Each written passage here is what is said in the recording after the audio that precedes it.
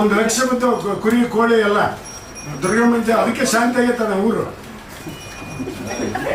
ಅಣ್ಣ ಇದು ಇವ್ರ ಫ್ಯಾಕ್ಟ್ರಿ ಐತಲ್ಲ ನಾವು ದೊಗ್ಗಟ್ಟಿ ಮಲ್ಲಿಕಾರ್ಜುನ ಅವ್ರು ಅಲ್ಲಿಂದಾನೆ ಅಮ್ಮ ಬಂದಿರೋದು ದೊಗ್ಗತ್ತಿ ಅಂತ. ಕೊಡಿ ಎಲ್ಲರಿಗೂ ಮಗಳಂತ ಕೊಡು. ಇಸ್ಕ ಆನಂದ ಇಟ್ಟು ಕೊಡಿ.